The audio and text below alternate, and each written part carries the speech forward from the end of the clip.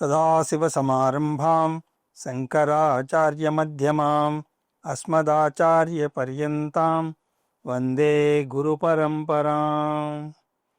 హరి ఓం. శ్రీ గురుభ్యో నమః. హరి ఓం. పార్థాయ ప్రతిబోధితాం భగవతా నారాయణేన స్వయం వ్యాసేన గ్రథితాం పురాణమునినాం మధ్యే మహాభారతం అద్వైతామృతవర్షిణీం భగవతీం అష్టాదశాధ్యాయినీం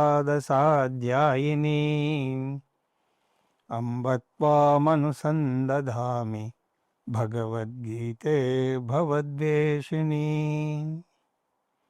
యం బ్రహ్మా వరుణేంద్ర రుద్రమరుతస్తున్వంతి దివ్యైస్తవైః వేదైః సాంగపదక్రమోపనిషదైః గాయంతి యం సామగాః.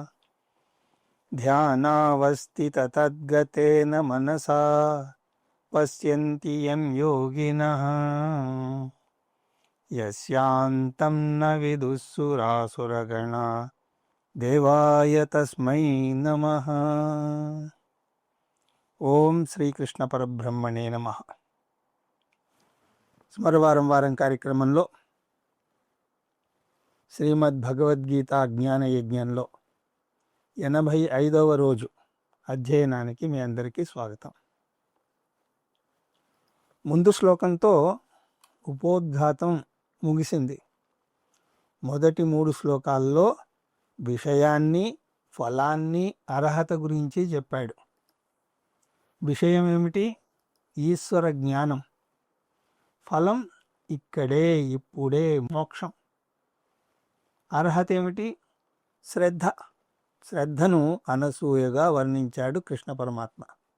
అత్రి మహర్షి భార్య పేరు అనసూయ. సంస్కృతంలో ప్రతి పేరుకు అర్థం ఉంటుంది. అత్రి అంటే న విద్యతే త్రి యస్యా, మూడింటికి అతీతంగా ఎదిగినటువంటి వాడు. ఆ మూడింటిని 3 శరీరాలుగా అంటే స్థూల, సూక్ష్మ, కారణ శరీరాలుగా మనం తీసుకోవచ్చు. 3 శరీరాలకు విలక్షణం లేదా 3 గుణాలు సత్వ రజస్తమో గుణాలుగా వాటిని తీసుకోవచ్చు. అంటే గుణాతీతుడు. అలాంటి వ్యక్తికి అసూయ ఉండదు. అందువల్ల అతనికి భార్య అనసూయ అయింది. ఇప్పుడు 4 నుంచి 10 శ్లోకాల వరకు విషయాన్ని అంటే ఈశ్వర జ్ఞానాన్ని బోధిస్తున్నాడు కృష్ణ పరమాత్మ. ఈ అధ్యాయానికి ఆయువు పట్టు లాంటి శ్లోకాలు ఇవి. ఈ శ్లోకాలు నిజానికి భగవద్గీతలోనే చాలా ముఖ్యమైనటువంటి శ్లోకాలు. ఎందుకంటే ఈ భాగంలో ఉపనిషత్తుల యొక్క సారం వస్తుంది. ఇక్కడ కృష్ణ పరమాత్మ ఈశ్వరుని యొక్క ఉన్నత స్థాయి గురించి చెప్పబోతున్నాడు. కాబట్టి చాలా జాగ్రత్తగా వినాలి మీరందరూ కూడా. ఈ ఉన్నత స్థాయికి అనేక పేర్లు ఉన్నాయి. ముందు ఆ పేర్లను మనం చూద్దాం. నిర్గుణ బ్రహ్మ, అవ్యక్తమూర్తి, బింబ చైతన్యం, పరాప్రకృతి, బ్రహ్మ, చైతన్యం, విజ్ఞానం. కృష్ణ పరమాత్మ వాటినే పరాప్రకృతి అని అన్నాడు 7వ అధ్యాయంలో. ఉపనిషత్తులు బ్రహ్మ అంటాయి. ఈ బ్రహ్మ ఇంద్రియ అగోచరం. సగుణ బ్రహ్మ ఇంద్రియ గోచరం. బ్రహ్మకు శబ్దగుణం ఉంటే చెవుల ద్వారా వినొచ్చు. రూపం గనక ఉంటే కళ్ళ ద్వారా చూడొచ్చు. స్పర్శ గుణం ఉంటే చర్మం ద్వారా తెలుసుకోవచ్చు. రసగుణం ఉంటే నాలిక ద్వారా మనం తెలుసుకోవచ్చు. లేదా గంధగుణం ఉంటే నాసిక ద్వారా మనం తెలుసుకోవచ్చు. కానీ నిర్గుణ బ్రహ్మకు శబ్ద, స్పర్శ, రూప, రసగంధాదులు లేవు. అశబ్దం, అస్పర్శం, అరూపమవ్యయం తథారసం నిత్యమగంధ వచ్యత్ అనాద్యమనంతం మహతం పరం ధ్రువం నిచాయ తం మృత్యుముఖా ప్రముచ్యతే అని కఠోపనిషత్తు అంటుంది. భగవంతునికి గుణాలు లేవు. నాకు భగవద్ దర్శనం అయిందని ఎవరైనా అంటే అది భగవంతుని యొక్క సగుణ రూపం. మనం సగుణ రూపాన్ని అనేక విధాలుగా వర్ణిస్తాం. నీలమేఘ శ్యాముడు అంటాం, శంఖచక్ర గదాధారి అంటాం శ్రీకృష్ణుణ్ణి. భగవద్ దర్శనం అయితే మీరు చాలా అదృష్టవంతులు, అందులో సందేహం లేదు. కానీ ఉపనిషత్తుల ప్రకారం భగవంతుడు అపరాప్రకృతి కాదు, పరాప్రకృతి. తదేవ బ్రహ్మత్వం విద్ధి నేదం యదిదముపాసతే అని కేనోపనిషత్తు వాక్యం. నువ్వు ఉపాసన చేసేటువంటి దేవుడు బ్రహ్మ కాదు అంటుంది కేనోపనిషత్తు. అయితే నిర్గుణ బ్రహ్మను ఎలా అనుభవించాలి? నిర్గుణ బ్రహ్మ అవ్యక్తం. కొన్ని గుణాలను 4వ శ్లోకంలో మనం చూస్తాం. మయా తతమిదం సర్వం జగదవ్యక్తమూర్తినా మత్స్థాని సర్వభూతాని నాచహం త్వేష్వస్థితః. అవ్యక్తం, అవ్యక్తమూర్తినా. నిర్గుణ బ్రహ్మకు గుణాలు లేవు. బ్రహ్మను ఒక ఆబ్జెక్టుగా అంటే స్థూల వస్తువుగా మనం చూడలేం. అందువల్ల ఈశ్వరుని యొక్క మొదటి అంశం అవ్యక్త రూపం. భగవంతునికి రూపం లేదు అనేసరికి ఆయన ఎక్కడ ఉంటాడు అని అడగకూడదు. రూపం లేకపోతే దేశం కూడా లేదు, కాలం కూడా లేదు. ఆ దేవుడు ఎప్పుడు వస్తాడు అని కూడా అడగకూడదు. ఎప్పుడూ రాలేడు, ఎందుకంటే ఆయన కాలాతీతుడు. అంతేకాదు ఎప్పుడూ కూడా వెళ్ళలేడు కూడా. కానీ మనం ఏం చేస్తున్నాం? అస్మిన్ హరిద్రాబింబే సుముఖం మహాగణపతిం ధ్యాయామి ఆవాహయామి అంటూ ఉంటాం. పసుమ ముద్ద చేసి అందులో గణపతిని ఆవాహన చేస్తూ ఉంటాం. పూజ అవగానే మళ్ళీ యథాస్థానం ప్రతిష్టాపయామి అని వెనక్కి పంపించేస్తాం. రమ్మని పొమ్మని చెప్పగలిగేది సగుణ బ్రహ్మకు మాత్రమే. నామరూపాలున్న బ్రహ్మకు మాత్రమే అది వర్తిస్తుంది. భక్తి మొదలు పెట్టడానికి సగుణ బ్రహ్మతోనే మొదలు పెట్టచ్చు, తప్పులేదు. కానీ అక్కడితోనే ఆగిపోకూడదు. నిర్గుణ ఈశ్వర జ్ఞానానికి రావాలి. రాకపోకలు లేని సర్వవ్యాపకమైనటువంటి దేవుని గురించి మనం తెలుసుకోవాలి. అటువంటి దేవుని గురించి తెలుసుకుంటే దేవుడు వచ్చాడన్న ఆనందము ఉండదు, అయ్యో వెళ్ళిపోయాడే అన్న విరహము ఉండదు. అంటే ఆయారాం గయారాం అన్నది ఉండదు. ఆ విధంగా అవ్యక్తం అంటే నామరూపాలు లేనటువంటి భగవంతుడు. రెండవది సర్వవ్యాపకం. ఇదం సర్వం తతం అంటే సర్వవ్యాపకుడు. తతం అంటే వ్యాప్తం, సర్వవ్యాపకం. మొదటి అంశం నిర్గుణం, రెండవ అంశం సర్వవ్యాపకం. నిర్గుణం పదానికి అవ్యక్తం అని, సర్వవ్యాపకమని, తతం అని పదాలు ప్రయోగించాడు కృష్ణ పరమాత్మ. రూపం లేని వస్తువుకి సరిహద్దులు ఉండవు. ఇప్పుడు ఒక హాలు నలిచదరంగా ఉందా, వృత్తాకారంలా ఉందా అని తెలుసుకోవాలి అంటే ఆ హాలు యొక్క సరిహద్దులు చూడాలి కదా. భగవంతునికి రూపం లేదు, ఆయన సర్వవ్యాపకం. ఆయన సర్వవ్యాపకం కనుక రూపం లేనివాడు. ఎవరైనా భగవంతుడు వైకుంఠంలో ఉన్నాడా అని అడిగితే ఏం జవాబు చెప్పాలి? వైకుంఠంలోనే ఉన్నాడు అని చెప్తే అది తప్పు అవుతుంది. ఎందుకు? వైకుంఠంలో ఉన్నాడని చెప్తే వైకుంఠంలోనే ఉన్నాడు, భూలోకంలో లేడు అన్న అర్థం వస్తుంది. అందువల్ల దీనికి జవాబు భగవంతుడు వైకుంఠంలో కూడా ఉన్నాడు అని చెప్పాలి. సర్వవ్యాపకుడైనటువంటి భగవంతుడు వైకుంఠంలో కూడా ఉంటాడు. అందువల్ల భగవంతునితో ఐక్యం అంటే ఎక్కడికో వెళ్ళి ఐక్యం చెందాల్సినటువంటి అవసరం లేదు. ఐక్యం అంటే భగవంతుడు ఎక్కడో నాకు దూరంగా లేడు అనే జ్ఞానం పొందడం. ఐక్యం అంటే ద్వైత భావనను వదలడం. అందువల్ల తతం అంటే వ్యాప్తం. ఇక మూడవది మిథ్యా జగదధిష్టానం. మత్స్థాని సర్వభూతాని, నాలో అన్ని ప్రాణులు నెలకొని ఉన్నాయి. సర్వభూతాని అంటే అన్ని వస్తువులు, అన్ని ప్రాణులు.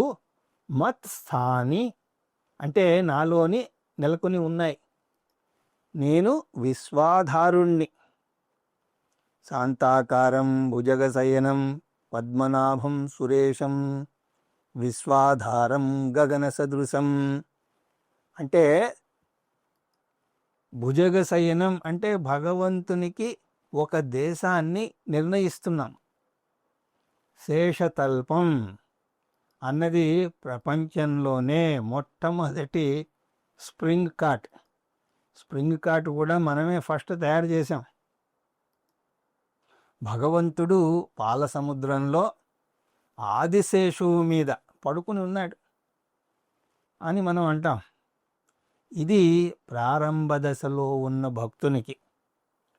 విశ్వాధారం అన్న పదం పరిపక్వత చెందినటువంటి భక్తునికి.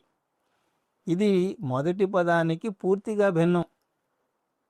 భుజగశయనంలో ఆదిశేషువు పరమాత్మకు ఆధారం, కానీ విశ్వాధారంలో ఆదిశేషువుకే కాదు సమస్త విశ్వానికి పరమాత్ముడే ఆధారం.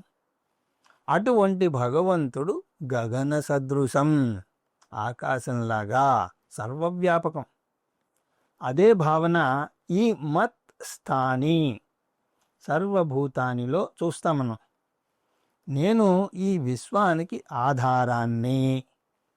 నచాహం త్వేషవస్థితః, నాకు విశ్వం ఆధారం కాదు. నేను విశ్వానికి ఆధారం, కానీ నాకు విశ్వం ఆధారం కాదు. నేను ఆధారం అవసరం లేనటువంటి ఆధారాన్ని. ఆ విధంగా మూడవ అంశం జగదాధారం లేదా జగదధిష్టానం. ఈ శ్లోకంలో చైతన్యం యొక్క 3 అంశాలను మనం చూసాం. అవ్యక్తం, సర్వవ్యాపకం, జగదాధిష్టం. తర్వాత శ్లోకంలో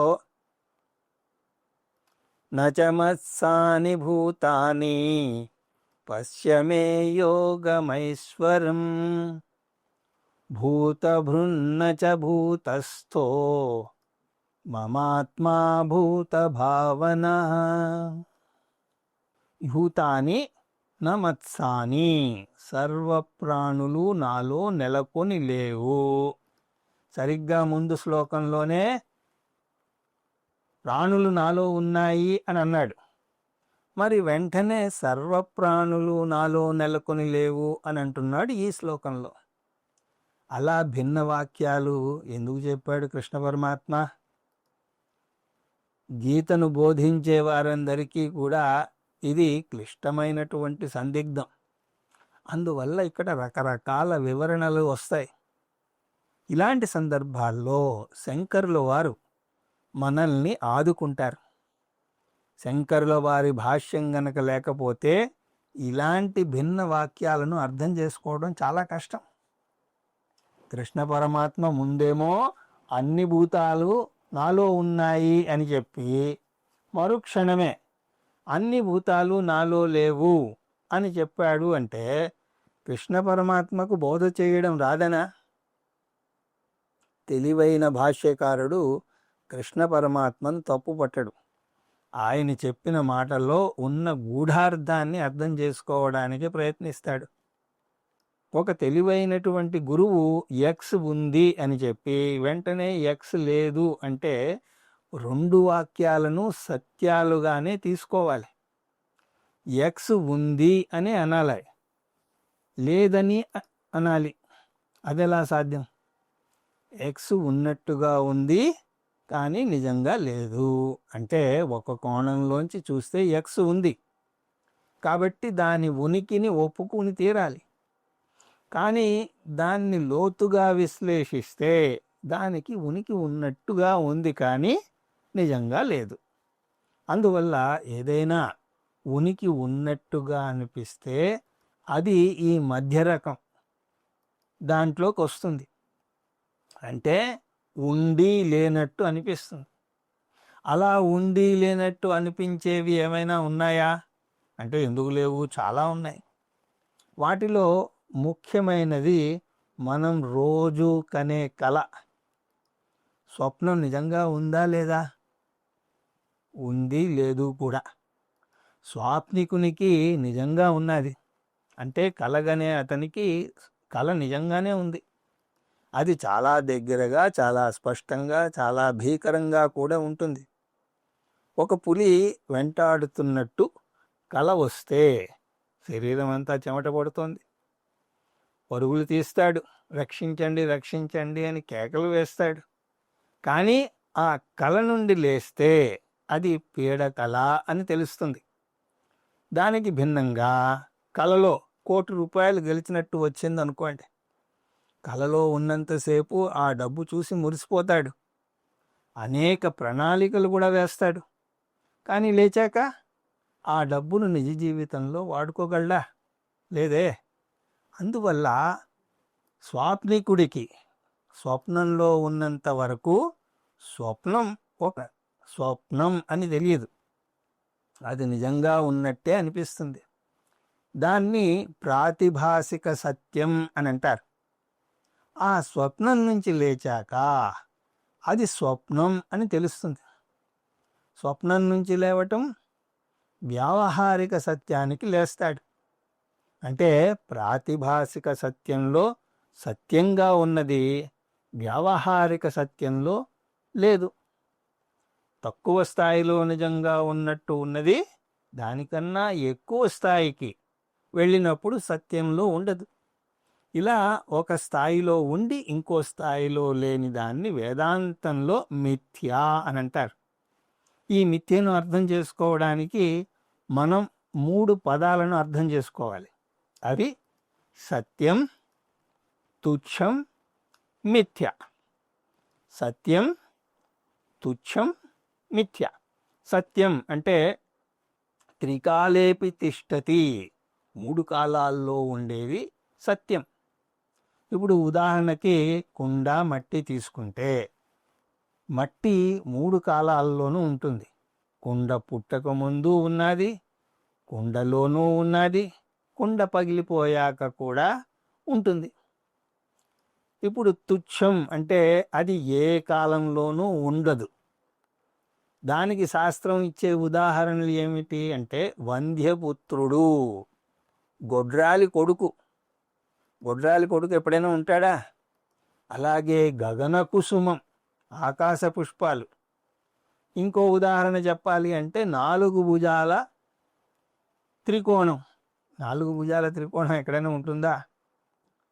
ఇక మిథ్య అన్నది 3 కాలాలలో ఉండేది సత్యమైతే 3 కాలాల్లో లేనిది తుచ్చం అని అన్నాం. అయితే ఒక కాలంలో ఉండి ఒక కాలంలో లేనిది మిథ్య అవుతుంది. కుండ, మట్టి ఉదాహరణలో మట్టి సత్యమైనప్పుడు కుండ ఏమవుతుంది? మిథ్య. ఎందుకంటే కుండ ఒక కాలంలో వచ్చి ఇంకో కాలంలో వెళ్ళిపోతుంది. అంటే దానికి పుట్టుక తేదీ, మరణ తేదీ ఉంటుంది. Date of birth, date of death 2 ఉంటాయి. దాన్ని మిథ్యా అని అంటారు. సత్ అసతభ్యాం అనిర్వచనీయం మిథ్యా. అది సత్తు కాదు, అసత్తు కాదు, అది మిథ్య. దీన్నే ఇంకో విధంగా చూడాలి అంటే వ్యావహారిక సత్యం అని అంటారు. దీన్ని అర్థం చేసుకోవడానికి 3 రకాల సత్యాలను మనం చూద్దాం. అవి ప్రాతిభాసిక సత్యం, వ్యావహారిక సత్యం, పారమార్థిక సత్యం. ప్రాతిభాసిక సత్యం అంటే స్వప్న ప్రపంచం ప్రాతిభాసిక సత్యం. స్వప్నంలో ఉన్నంతసేపు స్వప్నం నిజం అని అనిపిస్తుంది కదా, అందులో జరిగే అనుభవాలు నిజంగా జరిగినట్టు అనిపిస్తాయి. స్వప్నంలో ఉండగా ఒక స్వాప్నికునికి ఎవరైనా ఇది స్వప్నం అని చెప్తే అతను ఒప్పుకోడు. రెండవది వ్యావహారిక సత్యం. జాగ్రత్త ప్రపంచం వ్యావహారిక సత్యం. స్వప్నం నుంచి వ్యావహారిక స్థాయికి లేస్తే స్వప్నం కరిగిపోతుంది, అది ఇక నిజం అని అనిపించదు. అంటే దానికన్నా ఉన్నత స్థాయికి లేస్తే ప్రాతిభాసిక సత్యం వీగిపోతుంది. వ్యావహారిక సత్యం కూడా అంతే. మనం జాగ్రత్తావస్థలో ఉన్నంతసేపు అది మనకి నిజం అనిపిస్తుంది. అందులో భయాలు బెంగలు మనల్ని వేధిస్తూ ఉంటాయి. మూడవది పారమార్థిక సత్యం. నిర్గుణ బ్రహ్మ పారమార్థిక సత్యం. ఇక్కడ అద్వైత ప్రపంచం అని మనం అనకూడదు, ఉన్నది ఒక్కటే అద్వైతం. జగత్, జీవుడు, ఈశ్వరుడు అని 3 భిన్నంగా ఉండవు. వ్యావహారిక సత్యం నుంచి ఈ పారమార్థిక సత్యానికి ఎదిగితే అప్పుడు వ్యావహారిక సత్యం వీగిపోతుంది, స్వప్నం లాగా కరిగిపోతుంది. అందువల్ల వ్యావహారిక సత్యాన్ని మిథ్యా అని అంటారు, లేదా సత్యం 2 అని అనొచ్చు. ఈ నేపథ్యంతో కృష్ణ పరమాత్మ చెప్పినటువంటి వాక్యాలను మళ్ళీ ఒకసారి చూద్దాం. మత్స్థాని సర్వభూతాని, నాలో అన్ని భూతాలు ఉన్నాయి అని అన్నప్పుడు వ్యావహారిక స్థాయి నుంచి అతను చెప్పాడు. అంటే అప్పుడు ప్రపంచం ఉన్నది. నచ మత్సాని భూతాని, నాలో అన్ని భూతాలు లేవు అని అన్నప్పుడు అది వ్యావహారిక సత్యం నుంచి పారమార్థిక స్థాయికి వెళ్ళాడు. అంటే పరబ్రహ్మగా చెప్పాడు. పారమార్థిక స్థాయిలో అద్వైత బ్రహ్మ ఒక్కటే ఉన్నది. బ్రహ్మ సత్యం జగన్మిథ్యా అని చూసాం. అప్పుడు బ్రహ్మ మిథ్యా జగత్తుకి అధిష్టానం.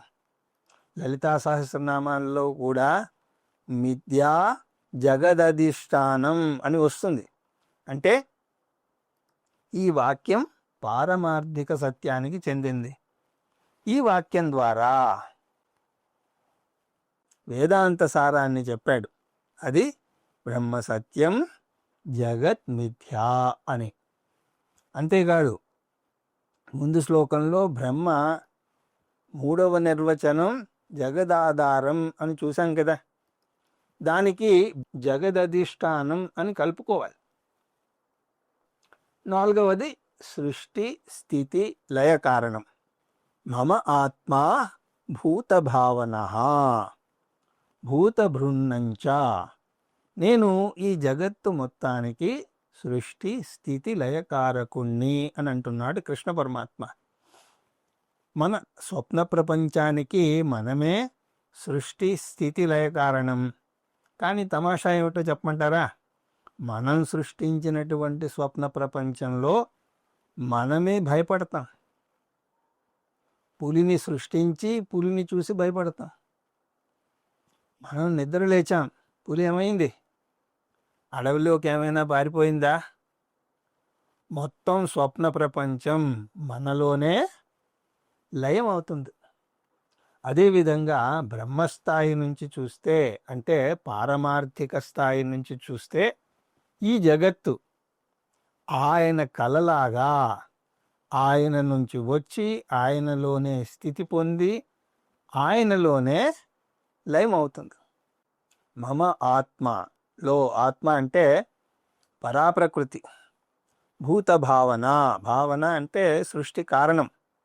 భూత అంటే మొత్తం జగత్తు. నేను సృష్టికర్తను అన్నాడు. భూతభృత్ అంటే స్థితికర్త. స్వప్న ప్రపంచం కొనసాగాలి అంటే జాగ్రత్త పురుషుడు అక్కడ పడుకుని ఉండాలి. కళ కొనసాగుతూ ఉండగా నేను ఆఫీస్కి వెళ్ళొస్తాను అని అనలేడు కదా. పైగా ఒకసారి నిద్రలేస్తే స్వప్నం కొనసాగదు. అందువల్ల కళకు మనం స్థితికర్తలం. అలాగే బ్రహ్మ కూడా జగత్తుకు స్థితికర్త. యతో వా ఇమాని భూతాని జాయంతే ఏన జాతాని జీవంతి యత్ర యంత్యభి సవిసంతి తద్జిజ్ఞాసస్వ తద్బ్రహ్మేతి అని తైత్రీయ వాక్యం. అదే భావన ఇక్కడ చెప్పబడింది. ఇక్కడ సృష్టి కారణం, స్థితి కారణం మాత్రమే చెప్పబడ్డాయి. మూడోది మనం కలుపుకోవాలి. నేను లయకారకుణ్ణి కూడా అని కృష్ణ పరమాత్మ చెప్పినట్టుగా తీసుకోవాలి. లయకారకుడు అంటే కాలం, దేశం కూడా లయమైపోతాయి. యస్య బ్రహ్మ చ క్షత్రం చ ఉభే భవత ఓదనః మృత్యుర్యస్యోపచేసనం కాయిథా వేదయత్ర సహా అని కఠోపనిషత్తు మంత్రం. నేను కాలాన్ని, దేశాన్ని కూడా లయం చేస్తాను అన్నాడు అందులో. అంటే పరబ్రహ్మ దేశ కాలాలకు అతీతుడు. ఒకవేళ భగవంతుడు దేశంలో, కాలంలో ఉండి ఉంటే భగవంతుడు కాలాన్ని లయం చేయడం కాదు, కాలమే భగవంతుణ్ణి లయం చేసి ఉండేది. నా భూతస్థ, జగత్తు మీద నేను ఆధారపడను అంటున్నాడు కృష్ణ పరమాత్మ. బ్రహ్మ లేకుండా జగత్తుకు ఉనికి విడిగా లేదు. కానీ జగత్తు లేకుండా బ్రహ్మ ఉంటాడు. దీన్ని సత్యం మిథ్యల సంబంధం అని అంటారు. సత్యబ్రహ్మ లేకుండా మిథ్యా జగత్తుకు ఉనికి లేదు. కానీ మిథ్యా జగత్తు లేకుండా సత్యబ్రహ్మకు ఉనికి ఉన్నది. దీన్నే సాంకేతిక పరంగా ఉపనిషత్తుల పరిభాషలో అధిష్టాన అధ్యాస సంబంధం అని అంటారు. ఈ శ్లోకంలో బ్రహ్మ సృష్టి స్థితి లయ కారణం అని చూసాం. యథాకాశస్థితో నిత్యం వాయుః సర్వత్ర గోమః తథా సర్వాణి భూతాని మత్సానీత్యుపధారయ. ఐదో గుణం అసంగం. దేనితోనూ సంగం లేదు. ముందు శ్లోకాల్లో నేను జగదాధారం అని అన్నాడు. మొత్తం జగత్తు నాలోనే ఉంది అని అన్నాడు. అందువల్ల సహజంగానే మనకు ఒక సందేహం కలుగుతుంది. ఏమిటది?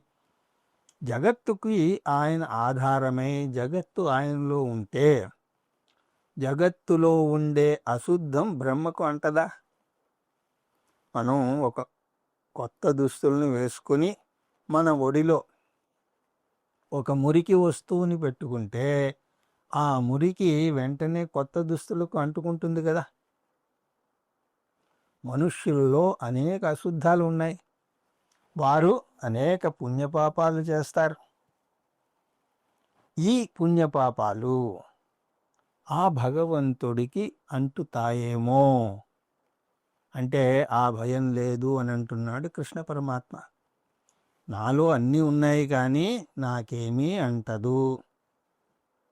దీన్ని అసంగత్వం అని అంటారు. దీనికి కృష్ణ పరమాత్మ ఆకాశం యొక్క ఉదాహరణ ఇస్తున్నాడు. ఆకాశానికి కూడా రూపు లేదు. ఆకాశం కూడా సర్వవ్యాపకం. ఆకాశం కూడా అన్నింటికీ ఆధారం. కానీ ఆకాశం కూడా అసంగం. ఆకాశాన్ని అగ్ని దహించలేదు, నీరు తడపలేదు. అచ్ఛేద్యో యమద్యోహ్యం అక్షేద్యో శోష్య ఏవచ. ఆకాశాన్ని ముక్కలు చేయలేం, కాల్చలు లేము. అదేవిధంగా భగవంతుడు అన్నింటికీ కూడా ఆధారమై కూడా ఆయన అసంగం. అన్యత్ర ధర్మా ధన్యత్రాధర్మ అన్యత్ర అస్మాత్ కృతాకృతాత్. భగవంతునికి మంచి చెడు ఏది అంటదు. భగవంతుడు మంచివాడా చెడ్డవాడా, ఏదో సకల గుణాభిరాముడు అని అంటూ ఉంటాం. కానీ పారమార్థిక స్థాయిలో బ్రహ్మ గుణాతీతుడు. అసలు ద్వైతమే లేనప్పుడు మంచి చెడు అన్న ప్రసక్తి ఎక్కడొస్తుంది? ద్వంద్వాలు అన్నవి వ్యావహారిక స్థాయిలోనే వస్తాయి.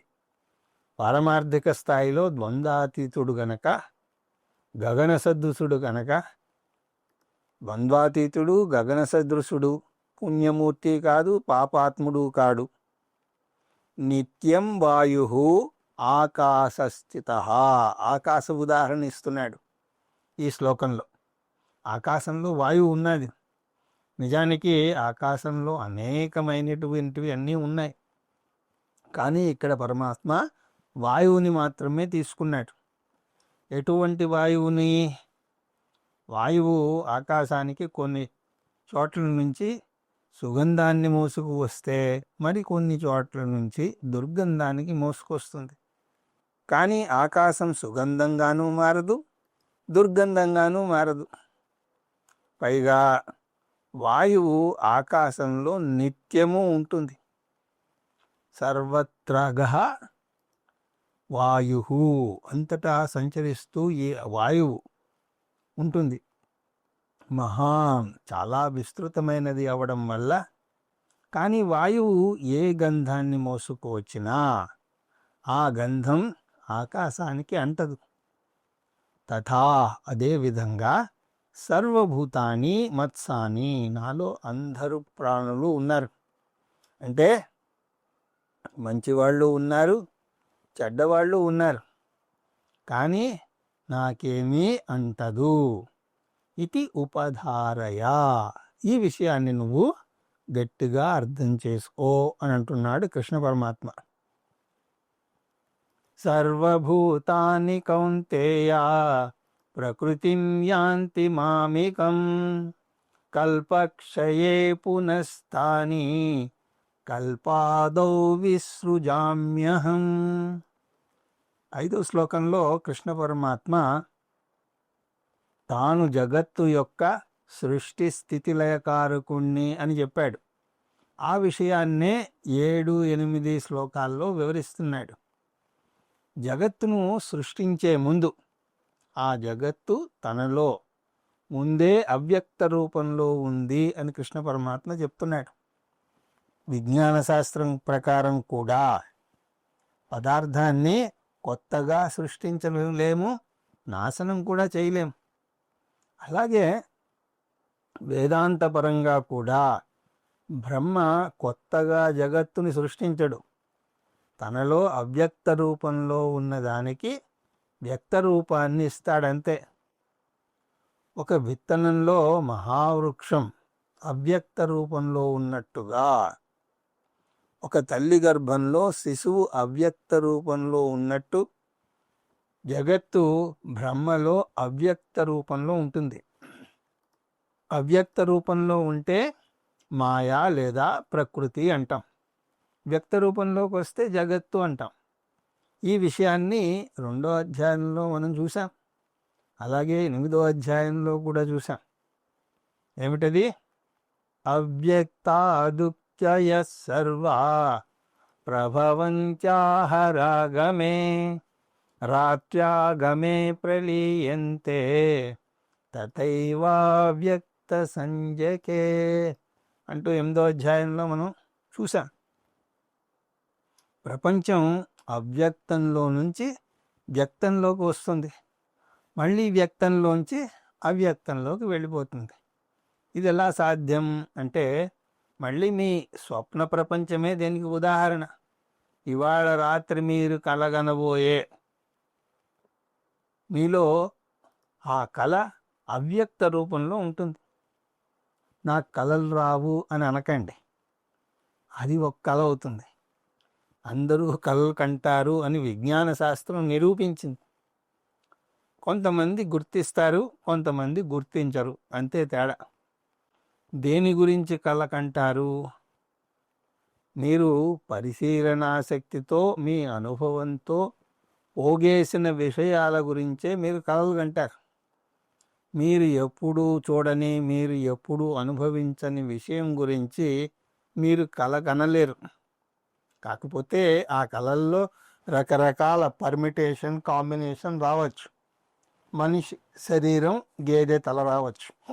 అంటే మీరు ఒక మనిషిని, ఒక గేదెను చూశారు, వారితో ఏదో అనుభవం పొందారు. లేదండి, నేనేమీ అలాంటి అనుభవం పొందలేదు అని మీరంటే, మీరు పొందారు కానీ మర్చిపోయి ఉంటారు అని మేమంటాం. లేదు, నాకు అఖండమైనటువంటి జ్ఞాపక శక్తి ఉన్నది, నేను మర్చిపోలేదు, నేను అటువంటి అనుభవాన్ని ఎప్పుడూ పొందలేదు అని గనక మీరంటే, అది మీ పూర్వజన్మ వాసనల నుంచి వచ్చింది అని అంటాం. అందువల్ల ఈ రాత్రి కళ మీ మనస్సులో అవ్యక్త రూపంలో ఉన్నది. పగలు మీ మనస్సు వీసీఆర్లా పనిచేస్తుంది. అందులో అన్ని రకాల అనుభవాలను అది రికార్డ్ చేస్తుంది. రాత్రి అయ్యేసరికి మీ మనస్సు వీసీపీ లాగా పనిచేస్తుంది. వీసీపీ తనలో రికార్డు చేయని దాన్ని మీకు మళ్ళీ చూపించలేదు. మీ కళ కూడా అంతే. మీ మనస్సులో రికార్డ్ అయినటువంటి వాటినే చూపిస్తుంది, అవన్నీ దాన్ని చూపించలేదు. ఎలాగైతే మీ స్వప్న ప్రపంచం మీ మనస్సులో అవ్యక్త రూపంలో ఉందో, అలాగా ఈ జాగ్రత్త ప్రపంచం బ్రహ్మలో అవ్యక్త రూపంలో ఉంది. దాన్నే ప్రకృతి లేదా మాయా అని అంటాం. కృష్ణ పరమాత్మ ఈ సృష్టి మొత్తం నా నుంచి వచ్చి నాలో లయమవుతుంది అని అంటున్నాడు. ఇప్పుడు ఈ శ్లోకాన్ని చూద్దాం.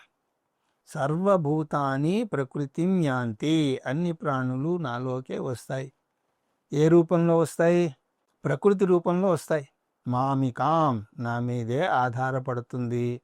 ఎలాగైతే వ్యక్త ప్రపంచం నా మీదే ఆధారపడుతుందో, అలాగే అవ్యక్త ప్రకృతి కూడా నా మీదే ఆధారపడుతుంది అని అంటున్నాడు కృష్ణ పరమాత్మ. ఎలాగైతే వ్యక్తి యొక్క స్వప్న ప్రపంచం జాగ్రత్త పురుషుడి మీద ఆధారపడుతుందో, అలాగే అవ్యక్త వాసనలు కూడా జాగ్రత్త పురుషుడి మీదే ఆధారపడతాయి. వాసనలు కలలుగా మారతాయి, కలలు మళ్ళీ వాసనల్లోకి వెళ్ళిపోతాయి. అలాగే బ్రహ్మ నుంచే వ్యక్త ప్రపంచం వస్తుంది, అలాగే బ్రహ్మలోకే అవ్యక్తంగా వెళ్ళిపోతుంది. అంటే రెండు బ్రహ్మ మీదే ఆధారపడతాయి. ఇదంతా ఎప్పుడు జరుగుతుంది? కల్పక్షయే, కల్పం ముగిసినప్పుడు.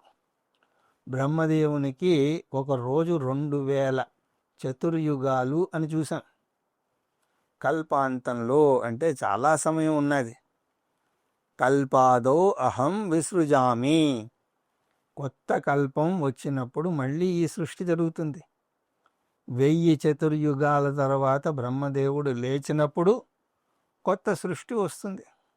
ప్రకృతిం స్వానువష్టభ్య విసృజామి పునః పునః భూతగ్రామమిమం కృత్స్నం అవసంప్రకృతేర్వసాత్. ఇందులో కూడా అదే భావన కొనసాగుతోంది. అహం పునః పునః విసృజామి, నేను ఈ జగత్తును మళ్ళీ మళ్ళీ వృత్తాకారంలో సృష్టిస్తూ ఉన్నాను. ఈ వాక్యం చాలా ముఖ్యమైన వాక్యం. వేదాంతంలో సృష్టి క్రమం ఒక సరళ లేఖలాగా జరగలేదని, వృత్తాకారంలో జరిగిందని వస్తుంది. సరళ రేఖలాగా సృష్టి క్రమం జరిగితే మొదటి సృష్టి ఉన్నట్టు వస్తుంది. మొదటి సృష్టి ఉంది అంటే తర్కపరంగా అనేక సమస్యలు వస్తాయి. సృష్టి వృత్తాకారంలో జరిగింది అంటే ఇది మొదటి సృష్టి అని చెప్పలేను. అవ్యక్తం, వ్యక్తం, వృత్తం అలాంటిది కొనసాగుతూనే ఉంటుంది. వృత్తానికి మొదలు చివర లేనట్టే సృష్టికి కూడా మొదలు చివర లేవు. సృష్టి ఎప్పుడు మొదలైంది అంటే అలా అడిగితే అది తర్కానికి అందదు. దానికి తర్కసమ్మతమైనటువంటి జవాబు ఇవ్వలేం. ఆగకుండా దూసుకు వెళ్ళే తుపాకీ గుండు ఏదీ దూరనటువంటి గోడకు వెళ్ళి తగిలితే ఏమవుతుంది అని ఎవరైనా ప్రశ్నించారనుకోండి, అది అర్థం లేని ప్రశ్న. ఆగకుండా దూసుకు వెళ్ళే తుపాకీ గుండు దాన్ని గోడ ఆపలేదు.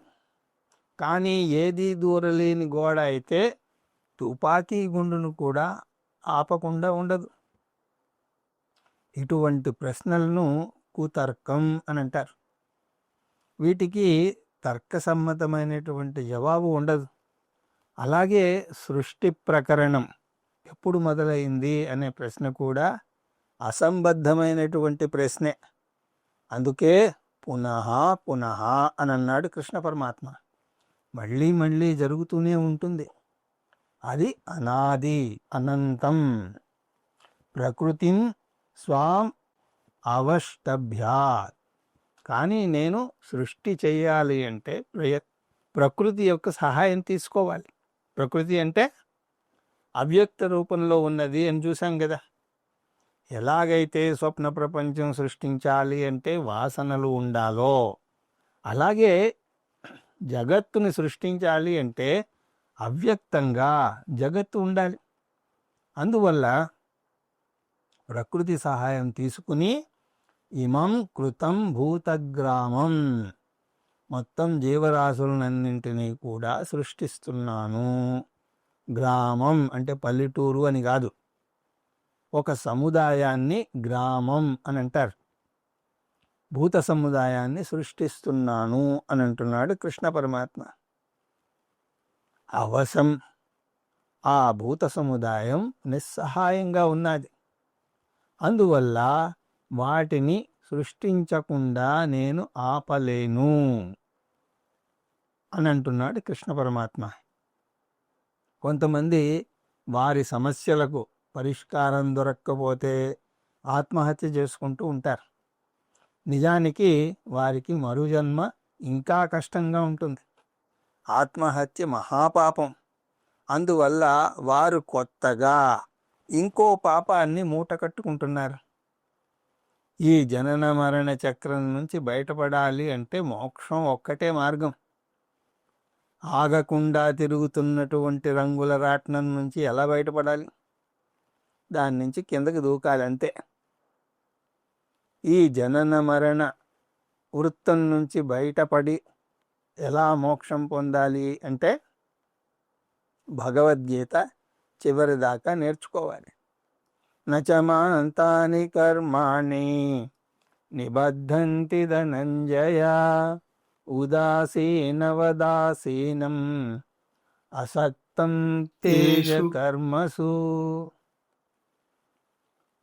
6వ గుణం అకర్త అభోక్త. మనకు కలగబోయే సందేహానికి జవాబుగా కృష్ణ పరమాత్మ చెప్పినటువంటి ఇంకొక లక్షణం భగవంతుడు అకర్త అభోక్త. భగవంతుడు తను సృష్టికర్త అని చెప్తే ఆయన కర్మ చేసినట్టు వస్తుంది. జగత్తు సృష్టించడం ఒక కర్మ అయితే ఆయన సృష్టికర్త అయితే కర్తృత్వం ఉండాలి. కర్త అయితే భోక్తృత్వం కూడా ఉండాలి. కర్త తను చేసినటువంటి దానికి కర్మఫలం అనుభవించాలి. దాన్ని భోక్తృత్వం అని అంటారు. మనకు ఏదైనా కష్టం వచ్చినప్పుడు దేవుణ్ణి నిందిస్తూ ఉంటాం. ఆయన ఆనందించడం కోసం మనలను సృష్టించి మనం అవస్థలు పడుతూ ఉంటే చూసి నవ్వుకుంటూ ఉంటాడు. ఆయనకు అసలు మనస్సు లేదు అని నిందిస్తూ ఉంటాం. దీనికి కృష్ణ పరమాత్మ జవాబు చెప్తున్నాడు. అసలు నేను అకర్తను అభోక్తను, నేనేది సృష్టించను లేదు, దేనిని నాశనం చేయలేదు. అందువల్ల ఏ కర్మను కానీ కర్మఫలాన్ని కానీ నాకు ఆపాదించలేరు. ధనంజయ అంటే, ఓ అర్జున, తాని కర్మాణి మాం నా నిబద్ధంతి. నేను కర్మలు చేస్తున్నా కూడా ఆ కర్మలు నన్ను బంధింపవు. భగవంతుడు సృష్టి స్థితి లయకారకుడని చూసాం. అదెలా సాధ్యం? కర్మ చేయడం మానలేదు, కర్మ చేస్తూనే ఉన్నాడు, కానీ కర్మకు బద్ధుడు కావడం లేదు. దాని రహస్యం ఇక్కడ చెప్తున్నాడు.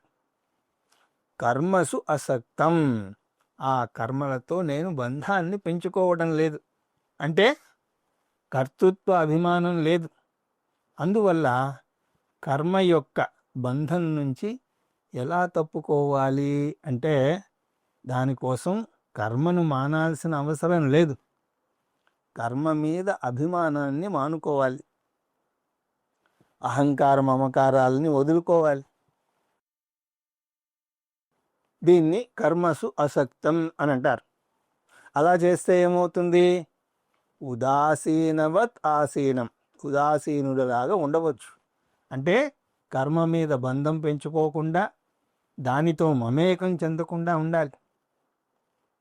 పని చేస్తూ దానిలో మమేకం చెందకూడదని 5వ అధ్యాయంలోనే చెప్పాడు కృష్ణ పరమాత్మ. నైవ కించిత్ కరోమీతి యుక్తో మన్యేత తత్వవేత్ పశ్యన్ శృణ్వన్ స్పృశన్ జిఘ్రన్ అస్నన్ గచ్చన్ స్వపన్ శ్వసన్. అభిమాన త్యాగమే కర్తృత్వ భోక్తృత్వాల నుంచి బయటపడే మార్గం. కర్మ మానాల్సిన అవసరం లేదు, కర్మ మానుకోలేం కూడా. అభిమానం వదులుకుంటే చాలు. కర్మ అభిమానం వదులుకుంటే దానంతట అదే భోక్తృత్వ భావన కూడా పోతుంది.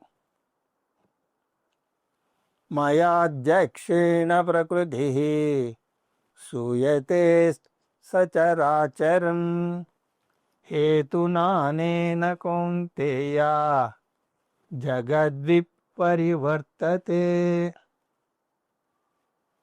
7వ గుణం సాక్షిభూతం. కర్మ అభిమానం వదులుకోవడం అంటే సాక్షిభూతంగా చూడడం. ఆ సాక్షిభూతం అంటే ఏమిటో ఇక్కడ మనకి వివరిస్తున్నాడు కృష్ణ పరమాత్మ. నేను ఏమీ కూడా ప్రయత్నపూర్వకంగా చేయను, కానీ నా సమక్షంలో పనులన్నీ అవుతూ ఉంటాయి. ఇప్పుడు ఒక గదిలో కాంతి ఉంటే ఆ గదిలో జరిగే పనులన్నింటినీ కూడా కాంతి ప్రకాశింపజేస్తుంది. అంటే కాంతి ఉండడం వల్లనే ఆ గదిలో అనేక పనులు జరుగుతున్నాయి. కానీ కాంతి ఇలాంటి పని చేయండి అని ఏమీ మనకి చెప్పదు. ఆ గదిలో మంచి పనులు జరగవచ్చు, చెడు పనులు జరగవచ్చు, కానీ ఆ పనుల యొక్క మంచి కానీ చెడు కానీ కాంతికి అంటదు. కాంతి ఏమీ పని చెయ్యడం లేదంటే ఆ గదిలో లైట్ ఎందుకు దండగా అని లైట్ ఆపేయచ్చా? కాంతి లేకపోతే పనులు జరగవు. కానీ కాంతికి కర్మఫలం అంటదు. దీన్ని సాక్షిభూతం అని అంటారు. మయాధ్యక్షేణ, నా అధ్యక్షతలో అని అంటున్నాడు కృష్ణ పరమాత్మ. నా అంటే ఏమిటి? ఇది జాగ్రత్తగా అర్థం చేసుకోవాలి. నా అంటే కృష్ణ శరీరంతో ఉన్నటువంటి భగవంతుడు గాడు. కృష్ణ పరమాత్మ సగుణ రూపం అని తాను అపరాప్రకృతిలోకి వస్తాడని చూసాం. అందువల్ల నా అంటే నిర్గుణ చైతన్యం, శుద్ధ చైతన్యం, సర్వవ్యాపకమైనటువంటి చైతన్యం. ఆ నిర్గుణ చైతన్యం సన్నిధిలో ప్రకృతి సూయతే సచరాచరం. ప్రకృతి ఈ చరాచర ప్రపంచాన్ని సృష్టిస్తుంది. ప్రకృతి అంటే మాయ. ఈ మాయను అపరా ప్రకృతి అన్నాడు 7వ అధ్యాయంలో.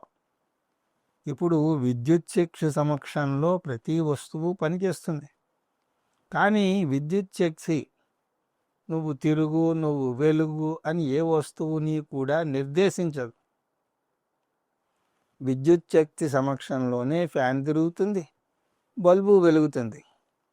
విద్యుత్ శక్తిని సామాన్య కారణం అని, బల్బు ఫ్యాన్లను విశేష కారణము అని అంటారు.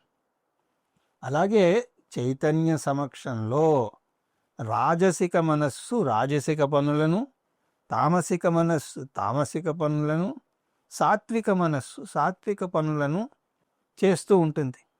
ఇది ఇంకో సందేహాన్ని తీరుస్తుంది. భగవంతుడు అందరిలోనూ ఉంటే కొందరిలోనే నేర ప్రవృత్తి ఎందుకు ఉంటుంది అంటే, నేర ప్రవృత్తి వారి మనస్సు మీద ఆధారపడి ఉంటుంది. అలాగే మనస్సులోని ఆలోచనల మీద ఆధారపడి ఉంటుంది. చైతన్యం ఆ మనస్సుకు చేతనత్వాన్ని ఇస్తుంది అంతే. చరాచరం అంటే కదిలే వస్తువులను, కదలని వస్తువులను మాయ సృష్టించింది. అంటే వస్తువులు, ప్రాణులు ఉన్న మొత్తం జగత్తును సృష్టించింది. హేతునా అనేనా, కేవలం నా సమక్షంలోనే మొత్తం జీవితం అనే నాటకం నడుస్తుంది. కాంతి సమక్షంలోనే గురువు బోధించగలడు, అలాగే శిష్యుడు నేర్చుకోగలడు. అందువల్ల కాంతి ప్రత్యక్షంగా పనిచేయకపోయినా సరే కాంతి ఉండి తీరాలి. ఈ విషయాన్ని పంచదశలో విద్యారణ్యుల వారు నాటక దీప ప్రకరణము అనే అధ్యాయంలో చాలా వివరంగా చెప్తారు. నాటకం జరగడానికి అక్కడ దీపం కావాలి, కానీ దీపం ఏ పాత్ర వేయదు, పాత్రధారులను చూపిస్తుంది, వారు చేసేటువంటి పనులను చూపిస్తుంది. అలాగే హేతునా అనేనా అంటే నా సమక్షంలోనే జగద్వి పరివర్తతే, మొత్తం ప్రపంచం పరిభ్రమిస్తుంది అని అంటున్నాడు కృష్ణ పరమాత్మ. సౌర కుటుంబంలో ఆ కక్షలు అన్నీ తిరుగుతున్నాయి అంటే భగవంతుని వల్లే. ఈ శ్లోకంలో ఈశ్వరుడు అకర్త అభోక్త అని చూసాం. ఇక్కడితోటి ఈశ్వర స్వరూప వివరణ అయిపోయింది. ఈశ్వరుడు అకర్త అభోక్త అని తెలిస్తే మన సమస్యలకు ఈశ్వరుణ్ణి మనం నిందించలేం. భగవంతుడు ఏ అన్యాయము చేయడం లేదు. ఎందుకంటే భగవంతుని ప్రణాళిక ప్రకారమో, ఆయన కోరిక ప్రకారమో, ఆయన ప్రయత్నం వల్లనో ఏమీ జరగడం లేదు. ఆయన దేనిలోనూ కలగజేసుకోడు. అయితే మరి మనం ఎందుకు కష్టాలు పడుతున్నాము? అవి మనం కోరి తెచ్చుకున్నటువంటి కష్టాలు. ఇవాళ మనం కష్టపడుతూ ఉంటే అది మన పూర్వజన్మ కర్మ ఫలాలు. పూర్వజన్మలో కర్మఫలం ఇప్పుడు భోక్త ఫలం. అందువల్ల భగవంతునికి మనస్సు లేదు, నిర్దాక్షిణ్యంగా ప్రవర్తిస్తున్నాడు. ఇలాంటి నీలాపలిందలు వేసి లాభం లేదు. చాలా గొప్ప భక్తులు కూడా జీవితంలో అనుకోకుండా పెద్ద కష్టం వస్తే నాస్తికులుగా మారిపోతారు. భగవంతుడు లేనే లేడు, నేను ఆయనకు పూజ చేయను అని అంటారు. ఒక ఆవిడ ఎన్నాళ్ళలో భగవంతుని పూజలు చేసింది. ఎన్ని పూజలు చేసినా సరే వాళ్ళ అమ్మాయికి పెళ్లి కుదరలేదు. దాంతో కోపం వచ్చి తను అపురూపంగా చూసుకునే పూజా పుస్తకాలన్నింటినీ కూడా తీసుకెళ్ళి చెత్తబుట్టలో పడేసింది. పేపర్ వాడికి తూకానికి అమ్మాలన్న ఆలోచన కూడా ఆవిడికి కలగలేదు. భగవంతుని మీద అంత కోపం వచ్చింది ఆవిడికి. భగవంతుడు లేడు, పొమ్మంది. ఎంత దారుణం అండి! భగవంతుడు అక్కడికి ఏదో ఆ అమ్మాయికి పెళ్లి చేయడానికి కూర్చున్నాడా? పెళ్లి చేస్తేనే ఆయన ఉన్నట్ట? ఇలాగా మనకు కష్టం రాగానే భగవంతుణ్ణి నిందించి పూజలు మానేస్తూ ఉంటాం. మనం పూజలు చేయడం వల్ల కొంత పుణ్యం వస్తుంది, కానీ పాపఫలం చాలా ఎక్కువగా ఉంటే ప్రార్థన వల్ల వచ్చినటువంటి పుణ్యం దాన్ని అధిగమించలేదు. ప్రార్థన ఎప్పుడూ, కానీ మన ప్రారబ్ధ కర్మం ప్రబలంగా ఉంటే ఈ పుణ్యం ఆ పాపాన్ని తగ్గించలేదు. 2.5 నిమిషాలు చేసేటువంటి పూజ వల్ల ఆ కాసేపట్లో కూడా చెల్లించే మనస్సు పెట్టుకుని మనం ఏదో గొప్ప ఫలం రావాలి అని ఆశిస్తే ఎలా వస్తుంది చెప్పండి? అంటే పూజ ఎక్కువసేపు చేయడం లేదు, చేసిన కాసేపు నిర్మల భక్తితో చేయడం లేదు. కానీ ప్రపంచంలో ఉన్నవన్నీ కావాలి, లేదా కోరిన కోరికలన్నీ కూడా తీరిపోవాలి. అది ఎలా సాధ్యం చెప్పండి? అందువల్ల ప్రార్థన యొక్క సూత్రాన్ని అర్థం చేసుకోవాలి. ప్రార్థన బలంగా ఉండి ప్రారబ్ధ కర్మ బలహీనంగా ఉంటే ప్రార్థన నెరవేరుతుంది. కానీ ప్రార్థన బలహీనంగా ఉండి ప్రారబ్ధ కర్మ ప్రబలంగా ఉంటే ప్రార్థన నెరవేరదు. ఈ విషయం తెలియకుండా పాపం మనం భగవంతుణ్ణి నిందిస్తాం. ఆయన అకర్త, అభోక్త. అలాగా 4 నుంచి 10 శ్లోకాల వరకు ఈశ్వరుని యొక్క స్వరూపం చూసాం. తర్వాత శ్లోకాలలో సంసార కారణం, సంసార నివృత్తి శ్లోకాలను మనం చూస్తాం. వాటిని తర్వాత తరగతుల్లో దర్శించే ప్రయత్నం చేద్దాం అని తెలియజేసుకుంటూ హరి ఓం తత్సత్.